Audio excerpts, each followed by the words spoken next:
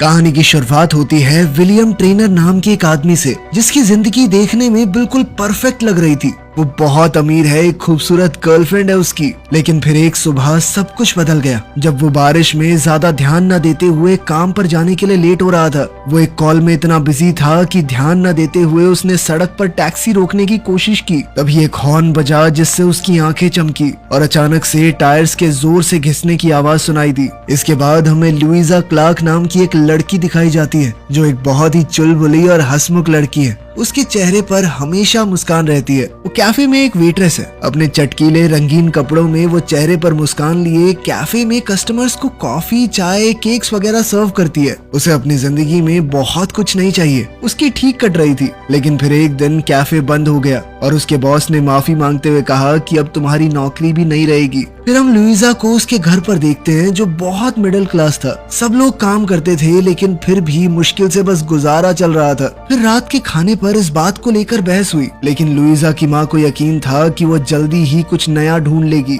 इसके बाद अगली सुबह लुइजा अपने बॉयफ्रेंड पैट्रिक से लोकल एथलेटिक्स ट्रैक पर मिली। उसने उसे हौसला देने की कोशिश की और कहा कि रुकना मत, दुनिया में भरी पड़ी है नौकरियां, तुम डरो मत, जरूर नौकरी मिलेगी। लेकिन नौकरी ढूंढने की कोशिश लगातार करते रहना। अब लुइजा के पास खोने को था ही क्या, इसीलिए वो एक एम्प्लॉयमेंट ऑफिस में गई। मगर वहाँ पता चला कि पिछले कुछ समय में उसने कई नौकरियां ट्राई की, लेकिन कोई भी उसके लिए सही नहीं लग रही थी। अब सिर्फ एक नौकरी बची है जो शायद उसके काम की हो। ऑफिसर ने बताया कि ये केयर टेकर की नौकरी है, यानी कि उसे एक अपाहिज हो चुके आदमी का ख्याल रखना होगा। इसके लिए कुछ खास एक्सपीरियंस की जरूरत भी नहीं है और ये लुइजा के लिए एकदम परफेक्ट जॉब थी, इसीलिए उसने बिना सोचे समझे हाँ भी कह दिया।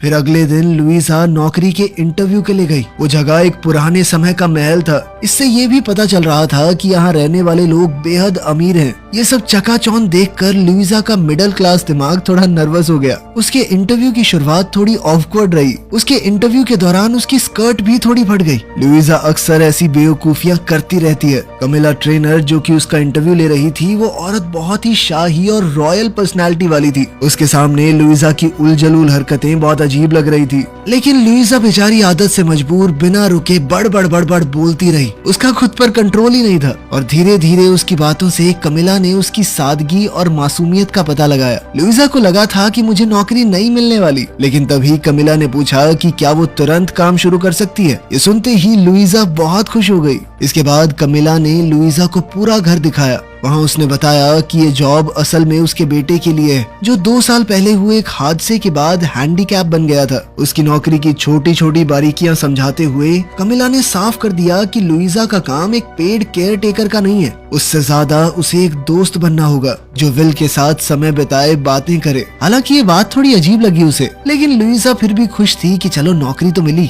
फिर जब लुइजा पहली बार विल से मिली तो वो ज्यादा कुछ समझ नहीं पाई। अपने बिखरे बाल और बढ़ी हुई दाढ़ी के साथ विल व्हील चेयर पर बैठा था। सबसे पहले विल ने अपने मुंह से अजीब सी आवाजें निकालनी शुरू कर दी, जैसे वो जानबूझकर लुइजा को अजीब महसूस करवाना चाहता हो। और जब उसने बोलना शुरू किया तब भी उसकी बातों में मजाक और एक तरह की नफरत थी। यूं सारा दिन एक कुर्सी पर बैठे बैठे उसका मन कड़वा हो गया था। विल के बिना बात के ताने सुनकर लुइजा को अब ये नौकरी इतनी भी अच्छी नहीं लग रही थी। खैर, घर वापस आने पर लुइजा ने देखा कि सब कुछ बिल्कुल उथल पुथल हो रखा था। घर में सामान फैला हुआ था, किचन बिखर चुकी थी और हर कोई परेशान लग रहा था। लेकिन जैसे ही लुइजा ने बताया कि उसे नौकरी मिल गई तो पूरा परिवार खुशी से झूम उठा। फिर अगले दिन काम पर लुइजा को विल के फिजिकल थेरेपिस्ट नेथन ने समझाया कि तुम्हें विल को उठाने या इस तरह की कोई चीज करने की जरूरत नहीं है। इस पर लुइजा ने पूछा कि फिर करना क्या है मुझे, तो नेथन के पास भी कोई खास जवाब नहीं था। उसने सिर्फ इतना कहा कि शायद तुम्हारा काम विल को खुश रखना है। मगर लुइजा की विल के साथ पहली बातचीत बिल्कुल भी अच्छी नहीं थी। उसने विल को मनाने की कोशिश की कि चलो मेरे साथ बाहर चलो, लेकिन विल हर बात पर ताना सा मार देता। बहुत रूड भी था वो। फिर उसने सीधा सीधा कहा कि बहुत बकर बकर करती हो तुम, मेरे आसपास हो तो थोड़ा कम बोला करो।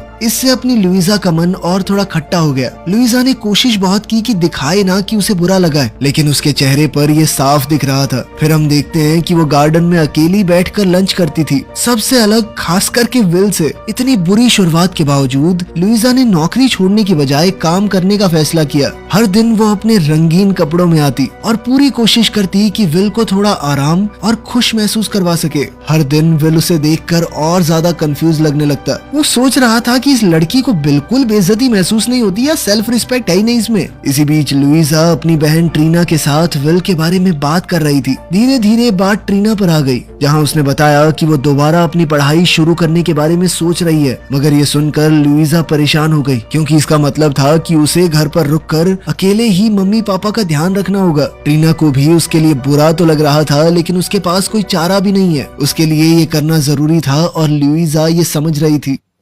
फिर अगली सुबह लुइजा जब विल के घर पहुंची तब उसे पता चला कि विल के कुछ पुराने दोस्त उससे मिलने आए थे। ये थोड़ा अलग था और कमिला की हाव भाव देखकर ऐसा लग रहा था मानो वो चाहती ही ना हो कि विल उनसे मिले। जो लोग आए थे वो थे विल का बेस्ट फ्रेंड रूपर्ट और उसकी एक्स गर्लफ्रेंड एलिसिया। उनकी बातचीत से साफ पता चल रहा था कि उनके रिश्ते में खटास तो आई है। इधर लुइजा साइड में खड़ी सब कुछ देख रही थी और उसके चेहरे पर दर्द साफ नजर आ रहा था। लेकिन बात और भी खराब तब हो गई जब रूपर्ट ने बताया कि वो और एलिसिया ना सिर्फ डेट कर रहे हैं बल्कि अब तो दोनों की मंगनी भी हो गई है। वो दोनों ये खबर विल को साथ में देना चाहते थे, मगर विल ये सब सुनकर अंदर से टूट गया। लेकिन उसने हर बार की तरह अपनी भावनाएं अपनी तीखी और ठंडी बातों में छुपा ली। जब एलिसिया वहाँ से जा रही थी तो उसने लुइजा के सामने कबूल किया कि एक्सीडेंट के बाद वो विल के साथ रहना चाहती थी, लेकिन किसी ऐसे इंसान की मदद नहीं की जा सकती जो खुद मदद लेना ही ना चाहता हो। इस पर लुइजा ने कुछ नहीं कहा, लेकिन उसके चेहरे से साफ लग रहा था कि वो इस बात से सहमत नहीं है। खैर उनके जाने के बाद लुइजा को दूसरे कमरे से जोर की आवाज आई। वो तुरंत वहां गई और देखा कि विल की फ्रेम्ड फोटोज जमीन पर टूटकर बिखरी हुई थी। ऐसा लग रहा था जैसे विल ने खुद उन्हें गिरा दिया हो। बाद में जब लुइजा अपने बॉयफ्रेंड पैट्रिक के साथ थी तब भी वो विल के बारे में ही बात कर रही थी। उसने कहा कि मुझे यकीन नहीं होता, बेचारे विल के साथ जिंदगी ने पहले तो इतना बुरा किया, ऊपर से उसका सबसे करीबी दोस्त और उसकी एक्स एक दूसरे से शादी करने वाले हैं। ये सब देखकर उस बेचारे को अपनी डिसेबिलिटी का और ज्यादा एहसास होता होगा। उसे विल के लिए बहुत बुरा लग रहा था, लेकिन पैट्रिक को इससे कोई फर्क नहीं पड़ा। उसका ध्यान कहीं और ही था। असल में उसने लुइजा को नॉर्वे जाने के लिए मना लिया था, जहाँ एक रेस होने वाली है जिसमें वो अपने दोस्तों के साथ हिस्सा लेना चाहता है। लुइजा को पहले इस बारे में पता ही नहीं था और जब उसे पता चला तो वो इतनी घबरा गई कि कुछ कह ही नहीं पाई। उसकी बात सुनकर पैट्रिक पीछे हटने वाला तो था नहीं, इसीलिए उसने नाटक किया कि मैं बहुत खुश हूँ, वाओ। अब अगले दिन काम पर विल ने लुइजा को उन फोटोज को ठीक करते हुए देख लिया जो उसने कल तोड़ दी थी। उसने तुरंत कहा कि मैं नहीं चाहता ये फोटोज ठीक की जाए, मैं अब खुद को उस रूप में देखना नहीं चाहता। उसे ऐसी कोई भी चीज पसंद नहीं जो उसे अपनी पुरानी जिंदगी की याद दिलाए। इससे वो और ज्यादा अपाहिज महसूस करता है। अब वो लुइजा पर गुस्सा करने लगा कि किससे पूछ के तुम ये ठीक कर रही थी पागल लड़की। लेकिन इस बार लुइजा भी चुप नहीं रही। उसने भी जवाब दिया और कहा कि पहले तो इस तरह बर्ताव करना बंद करो, क्योंकि मैंने ऐसा कुछ नहीं किया है तुम्हारे साथ। गुस्से में उसने ये भी बोल दिया कि मुझे कोई शौक नहीं है तुम्हारे साथ यहाँ बैठ के बात करने का, मैं बस पैसों के लिए ये नौकरी कर रही हूँ, मुझे बहुत जरूरत है इसलिए। और ये बात मानो विल को छू गई। उसी दोपहर अचानक से विल ने लुइजा को अपने साथ मूवी देखने के लिए कहा। लुइजा को ऐसी मूवी देखना जिसके अंदर सबटाइटल होते हैं कुछ खास पसंद नहीं है, लेकिन फिर भी उसने हाँ कर दी। मगर थोड़ी ही देर में वो मूवी उसे बहुत ज्यादा पसंद आई। इस बारे में उन दोनों ने पहली बार एक ढंग की बातचीत की। इसके बाद तो और भी चौंका देने वाली बात हुई। विल ने कहा कि बाहर चलें क्या थोड़ा। अब उनकी बातचीत बढ़ने लगी और दोनों एक दूसरे के साथ अच्छा महसूस करने लगे। कमिला ने भी जब ये देखा तो वो बहुत खुश हुई। खैर फिर हॉस्पिटल की एक ट्रिप के दौरान नेथन ने लुइजा को साफ साफ समझाया कि विल की जिंदगी कितनी मुश्किल है। उसने बताया कि उसके ठीक होने का कोई चांस नहीं है और सबसे बुरी बात ये थी कि अपनी इस हालत की वजह से वो बहुत ही आसानी से बड़ी बड़ी बीमारियों का शिकार हो सकता है। साथ ही उसने बताया कि उसे लगातार दर्द होता रहता है, वो कभी भी नॉर्मल नहीं होता, पता है। अब लुइजा समझ गई कि उसकी जिंदगी इतनी भी आसान नहीं थी जितनी विल दिखाने की कोशिश करता है। फिर उस रात जब लुइजा पैट्रिक के साथ मूवी देखने गई तो उसने एक फॉरेन फिल्म देखने के लिए कहा, लेकिन पैट्रिक ने उसकी बात पर ध्यान ही नहीं दिया और एक कॉमेडी मूवी की टिकट खरीद ली। खैर कुछ दिन बाद बाहर बर्फ गिर रही थी, लेकिन अंदर विल की तबीयत खराब हो गई। उसे तेज बुखार था और उसके पिता ने लुइजा से कहा कि उस पर नजर रखना। लुइजा ने बिल्कुल ऐसा ही किया, मगर जैसे जैसे वक्त बीता उसकी हालत और ज्यादा खराब हो गई। उसने मदद के लिए कॉल करने की कोशिश की, लेकिन आधी नींद में विल ने कहा कि टेंशन मत लो, सब कुछ ठीक हो जाएगा। लेकिन कई घंटे बीत गए और उसकी हालत बिगड़ती ही जा रही थी। आखिरकार नेथन वहां पहुंचा और जैसे ही उसने विल की हालत देखी वो बुरी तरह घबरा गया। वो तुरंत उसे बचाने के लिए हर मुमकिन कोशिश करने लगा। इसी दौरान लुइजा ने विल की कलाई पर कट मार्क्स देखे और उसे समझ आ गया कि विल अपनी भावनाओं को छुपाता है। वो झूठ बोल रहा है कि सब सही है। जो बेमतलब की बातें वो दूसरों के सामने करता है वो तो बस एक ढोंग है। अंदर ही अंदर वो बहुत दुखी था। उस रात लुइजा जरूरत ना होने के बावजूद भी विल के पास ही रही। वो उसके पास बैठी रही और एक पुरानी बर्थडे वीडियो देखी जो उसके दोस्तों ने बनाई थी। उस वीडियो में विल एक बहुत ही अलग इंसान लग रहा था। वो एकदम जिंदा दिल, खुश और एनर्जेटिक था। खैर जब विल ने आंखें खोली तो उसने लुइजा को अभी भी अपने कमरे में देखा। तो उन्होंने और बातें की और उनके बीच दोस्ती बढ़ने लगी। धीरे धीरे विल का बर्ताव भी बेहतर होने लगा, लेकिन हालात एकदम से खराब हो गए जब लुइजा ने विल के माँ बाप को झगड़ते हुए सुना। तब पता चला कि विल ने एक अरेंजमेंट किया था कि वो 6 महीने बाद स्विट्जरलैंड में जाकर एक चैन की मौत लेगा। कमिला को एक माँ होने के नाते ये बात बिल्कुल गवारा नहीं थी। वो नहीं चाहती थी कि ऐसा कुछ हो, लेकिन विल के पिता को लगता था कि ये विल का फैसला है और उन लोगों का इसमें बोलने का कोई हक नहीं है। ये सब सुनकर लुइजा बहुत परेशान हो गई और उसने जॉब छोड़ने का सोचा, लेकिन उसकी बहन ने उसे समझाया कि कहानी का अंत ऐसे नहीं होना चाहिए, बल्कि लुइजा के पास अभी 6 महीने हैं जिसमें वो विल को दिखा सकती है कि जिंदगी इस तरह भी जीने लायक है, चाहे उसके हाथ पैर नहीं भी चलते तब भी। अब लुइजा ने अपना ये प्लान विल के माँ बाप को बताया और उन्होंने कहा कि अगर वो विल को घर से बाहर ले जाने में कामयाब हो गई तो वो उसकी हर तरह से मदद करेंगे। अब लुइजा जानती थी कि विल खुद से तो कहीं नहीं जाएगा, इसीलिए उसने झूठ कह दिया कि नेथन ने कभी हॉर्स रेस नहीं देखी,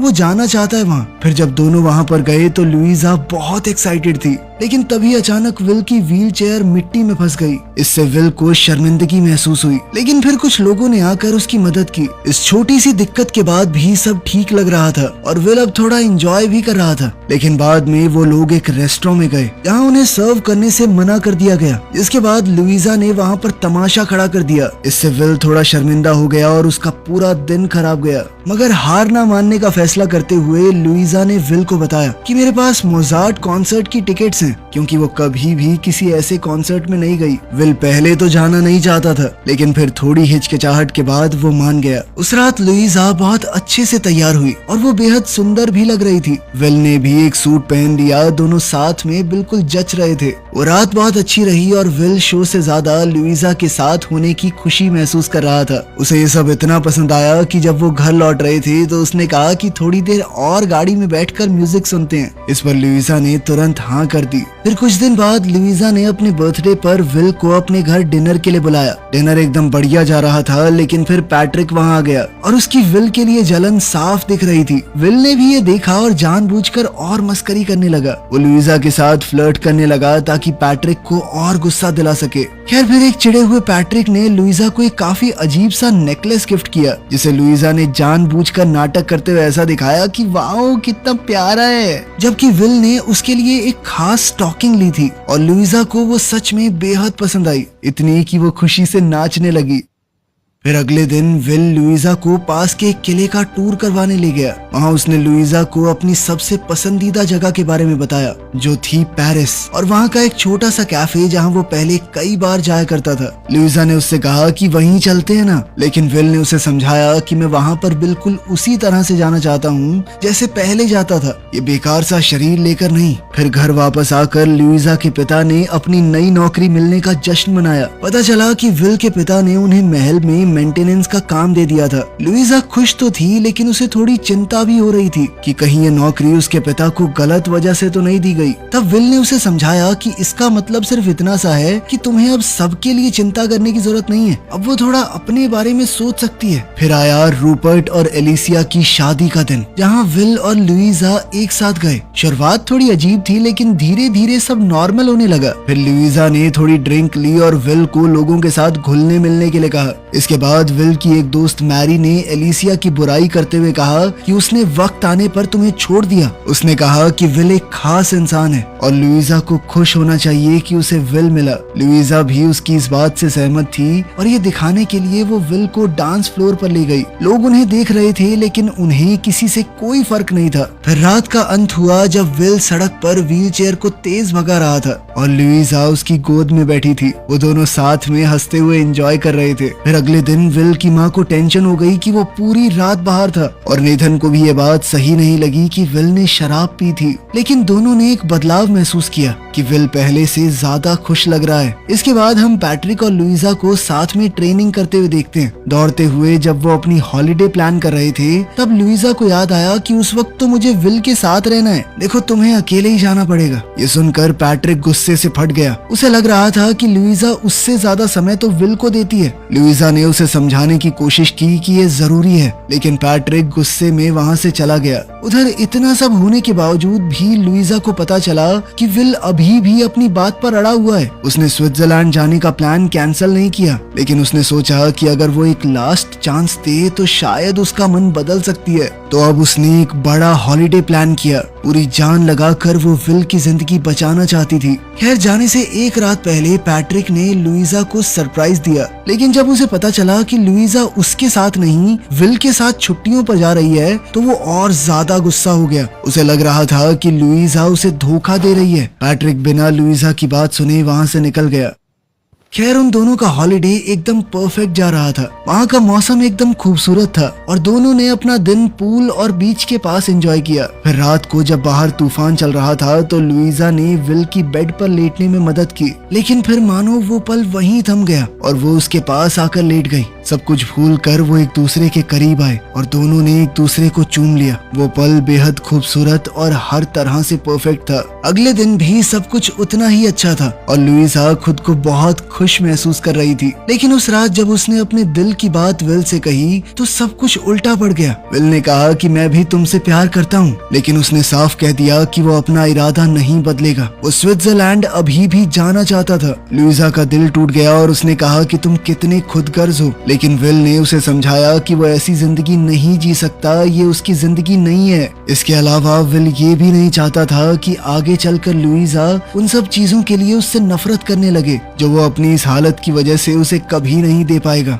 लुइजा उसकी कोई भी बात सुनने को तैयार नहीं थी। वो बहुत रोई, दिल टूटने के बाद वहाँ से चली गई। अजीब बात ये थी कि विल भी अंदर से उतना ही टूट चुका था। खैर, जब वो घर लौटे तब सब कुछ बदल चुका था। विल के माँ बाप को लग रहा था कि शायद अब कोई चांस है, लेकिन लुइजा का उदास चेहरा देखकर उन्हें अपने सबसे बड़े डर का एहसास हो गया। लुइजा ने उन्हें बताया कि वो चाहकर भी कुछ नहीं कर सकती और ये सुनते ही कमेला रो पड़ी। फिर उस रात लुइजा ने अपने परिवार वालों को सब कुछ सच बताया। उसकी माँ इस बात से बहुत गुस्से में थी, लेकिन उसके पिता बिल्कुल शांत रहे। उन्होंने समझाया कि तुम किसी इंसान को बदल नहीं सकते, तुम सिर्फ इतना कर सकते हो कि वो जैसे हैं उन्हें वैसे ही अपनाओ और उनसे प्यार करो, और साथ में ये उम्मीद कि ये प्यार काफी हो। तब लुइजा को समझ आया कि उसने बहुत बड़ी गलती कर दी है। उसे विल के आखिरी पलों में उसके साथ होना चाहिए था, ना कि उससे दूर। अब वो तुरंत स्विट्जरलैंड के लिए निकल पड़ी, जहाँ विल अपनी आखिरी सांसें लेने वाला था। वहाँ विल की जिंदगी के आखिरी दिन पर लुइजा ने बस उस तरीके से उसकी मदद की